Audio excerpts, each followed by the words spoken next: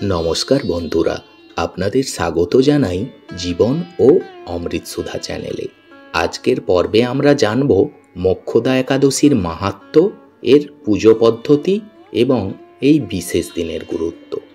আপনারা যদি এমন আধ্যাত্মিক বিষয়ে আরও জানতে চান তাহলে চ্যানেলটি অবশ্যই সাবস্ক্রাইব করবেন। বন্ধুরা, মোক্ষদা একাদশী হিন্দু পঞ্জিকার মাঘশীর্ষ মাসের শুক্লপক্ষের একাদশতম দিন মোক্ষদা একাদশী নামে পরিচিত, যা বাংলা পঞ্জিকার অগ্রহায়ণ মাসে অনুষ্ঠিত হয়। মোক্ষদা একাদশী একটি শুভ দিন যা পাপ থেকে মুক্তির জন্য এবং মৃত্যুর পরে মোক্ষ লাভের জন্য বিষ্ণুর উপাসনার জন্য নিবেদিত হয়।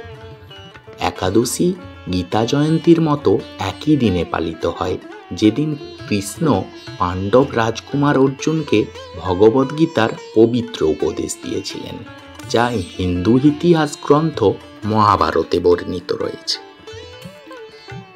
বন্ধুরা, পুরাণ মতে এই একাদশী পালন করলে জীবনের পাপ দূর হয় এবং আত্মা পরমাত্মার সঙ্গে মিলিত হয়।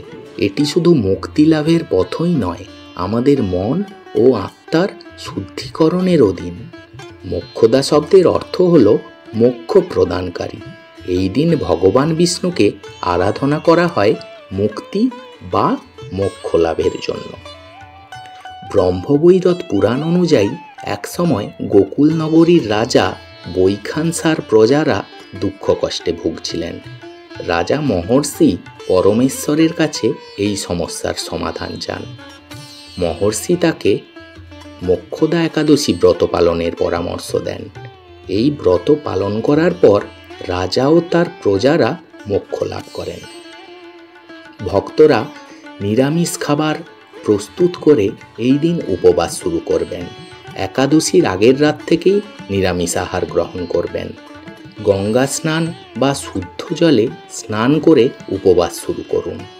তুলসী পাতা, চন্দন, পুষ্প এবং ভগবান বিষ্ণুর প্রিয় ভোগ নিবেদন করুন।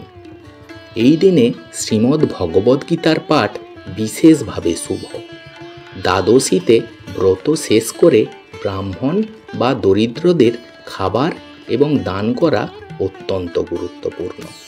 বন্ধুরা, মোক্ষদা একাদশী পালনের মাধ্যমে আমরা কি লাভ করতে পারি তা কি জানেন? পূর্বজন্মের এবং বর্তমান জীবনের পাপ ধুয়ে যায়। মৃত্যুর পরে আত্মা মোক্ষ লাভ করে। মানসিক শান্তি ও জীবনে ইতিবাচক পরিবর্তন আসে। ভগবান বিষ্ণুর আশীর্বাদ লাভ হয়। মোক্ষদা একাদশী শুধু আধ্যাত্মিক উপবাস নয়, এটি আমাদের আত্মশুদ্ধির একটি পবিত্র দিন। যদি আমরা নিষ্ঠা ভরে এই ব্রত পালন করি তাহলে জীবনের প্রতিটি দুঃখ যন্ত্রণা দূর হতে পারে। বন্ধুরা, আজকের আলোচনা যদি ভালো লেগে থাকে তাহলে অবশ্যই লাইক, শেয়ার এবং সাবস্ক্রাইব করতে ভুলবেন না। পরবর্তী পর্বে আমরা আরও একটি একাদশীর মাহাত্ম্য নিয়ে আলোচনা করব। তার আগে পর্যন্ত সবাই ভালো থাকবেন এবং সুস্থ থাকবেন। ধন্যবাদ।